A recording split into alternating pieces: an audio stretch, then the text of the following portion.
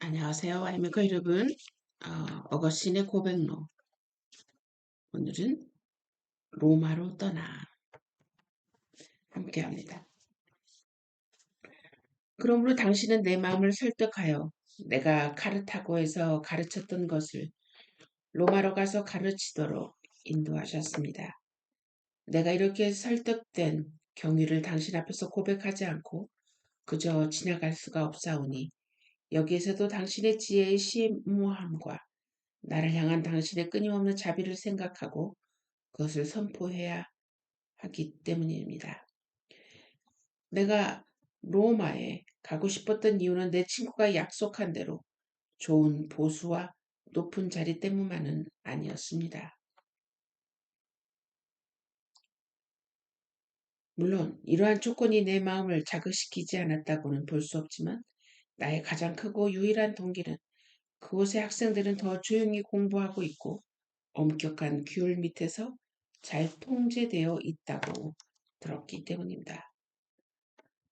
그곳에서는 학생들이 무리하게 자기들이 등록하지 않은 교사의 교실에 들어가지도 못하고 또한 교사의 허락 없이는 등록도 할 수 없다는 것이었습니다. 반면에 카르타고에서는 학생들 사이에 추잡하고 난잡한 방종이 있었습니다. 그들은 무리하게 교실로 뛰어들어 미친 사람들처럼 학생을 위해 교사가 세워놓은 규칙을 무너뜨리는 것이었습니다. 그들은 믿기 어려울 정도로 여러 가지 난잡한 행동을 행했으니 관습은 용납하지만 법으로 엄하게 처벌받아야 할 행동이었습니다. 그러나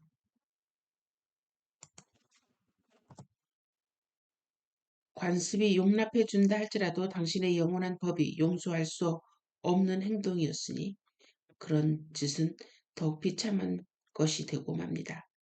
그들은 그렇게 행동을 해도 그에 대한 벌이 없다고 생각하지만 그와 같은 행동을 계속하는 그 맹점 자체가 바로 그들의 벌인 줄을 생각 못합니다. 따라서 그들이 받는 괴로움은 그날이 남에게 끼친 괴로움보다 훨씬 더 심할 것입니다. 내가 학생이었을 때는 이런 짓을 몹시 싫어했습니다. 그러나 교사가 된 후로는 학생들이 이러한 짓을 참고 견디어야 했습니다. 그러므로 나는 사람들이 말하는 대로 그러한 추태가 없는 로마로 가고 싶었습니다. 이렇게 나의 피난처시오 살아있는 사람들의 땅에서 나의 분기시 되신 당신께서 내 영혼을 구원하시기 위해 나로 하여금 삶의 보장을 바꾸도록 하셨습니다. 당신은 카르타고에서 나를 채찍으로 쳐 몰아내어 떠나가게 하시고 로마에서는 매력의 유혹을 마련하여 나를 그리로 끌어당기셨습니다. 이와 같은 두 경우에 당신은 죽어가는 생을 사랑하는 사람을 이용하셨습니다. 한편으로는 미친 듯이 행동하는 사람들을 이용하셨고 다른 한편으로는 나에게 헛된 희망을 약속하는 사람들을 이용하셨습니다.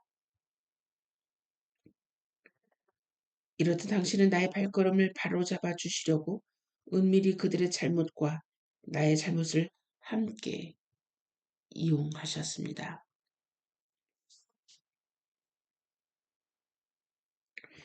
내 마음의 평안을 어지럽게 했던 그들은 부끄러운 광증으로 눈이 어두워졌고 다른 곳으로 나를 유혹했던 그들은 이 세상의 맛을 본 사람들이었습니다. 그리하여 카르타고에서 현실적인 불행을 증오했던 나는 로마에서 헛된 행복을 찾고 있었습니다. 오, 나의 하나님, 내가 왜 한 고장을 떠나 다른 곳으로 가는지 그 이유는 당신만이 아셨습니다. 그러나 당신은 그 이유를 나에게도 또한 또는 내가 떠난다 해서 슬피 울며 해변까지 따라온 따온 해변까지 따라 나온 어머니에게도 알려주시지 않았습니다. 어머니는 나를 꽉 붙들면서 집으로 돌아가든지 그렇지 않으면 자기와 같이 가자고 간청했습니다.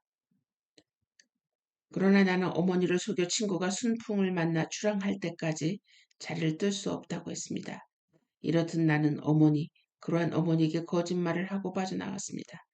이러한 나의 잘못도 당신은 자비로서 용서해 주시어 비록 지겨운 놈이었지만 나를 바다의 물에서 구하셔서 당신의 은총의 물, 세례의 물에 이르도록 하셨습니다.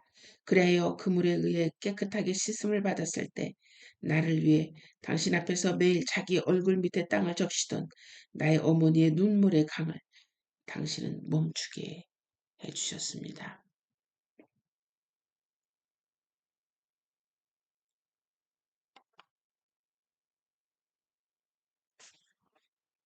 어머니가 그때 나 없이 집으로 돌아가려고 하지 않아서 나는 겨우 어머니를 설득하여 우리가 타고 갈 배 근처에 있는 성 키프리아누스 기념 예배당에서 그날 밤을 지내시도록 했습니다.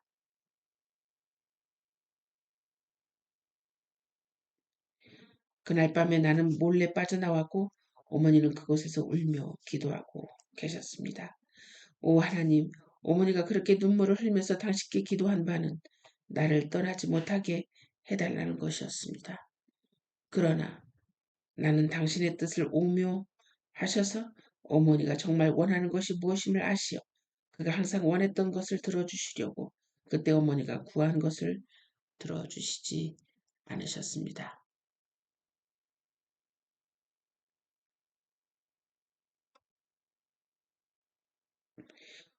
어느덧 바람이 불어 우리의 돛이 부풀게 되자 배는 움직여 해안은 우리의 시야에서 멀어져 갔습니다. 그날 아침 어머니는 그 해안에 나와서 슬픔을 이기지 못해 불평과 애통으로 당신의 귀를 메웠습니다. 그러나 당신은 그러한 기도를 들어주시지 않았습니다. 오히려 당신은 내 욕망을 끝장내시려고 나를 내 욕망의 힘에 의해 휘말리게 가게 하셨고 내 어머니의 육정을 슬픔의 책찍으로 때려 벌하셨습니다. 왜냐하면 어머니는 다른 어머니보다 더 나와 같이 있기를 좋아했으며 또한 내가 떠나감으로 인해 당신이 큰 즐거움을 어머니를 위해 예비하고 계셨음을 모르고 있었기 때문입니다. 이것을 모르고 있었기에 어머니는 큰 소리로 울고 애통했으며 그 괴로움을 통해 하와로부터 물려받은 유산을 보여주셨으니 슬픔 속에서 난 자식을 슬픔으로 찾고 있었습니다. 그러나 어머니는 나의 거짓과 잔인함을 탓한 후 다시 나를 위해 당신께 기도를 계속하면서 집으로 돌아갔고 나는 로마를 향해 떠났습니다. 자, 어머니와 이 아들 어거스틴의 이 긴장하면서 또 서로를 간절하면서 그런 모습들이 오늘날 어머니와 아들 모습과 별 다르지 않다는 생각이 듭니다. 어머니도 실수할 수 있고 어머니도 자기가 원하는 대로 하나님께 기도할 수 있습니다. 그러나 그 모든 것을 하나님께 맡긴다는 거. 마치 모세의 어머니가 그의 아들을 품에 안고 싶었지만 그 강에 내려놓을 수밖에 없었던 그런 순간들이 있었던 것처럼 어쩌면 모든 어머니에게도 그런 순간이 필요하지 않나 하는 생각이 드네요. 다음 시간 계속됩니다.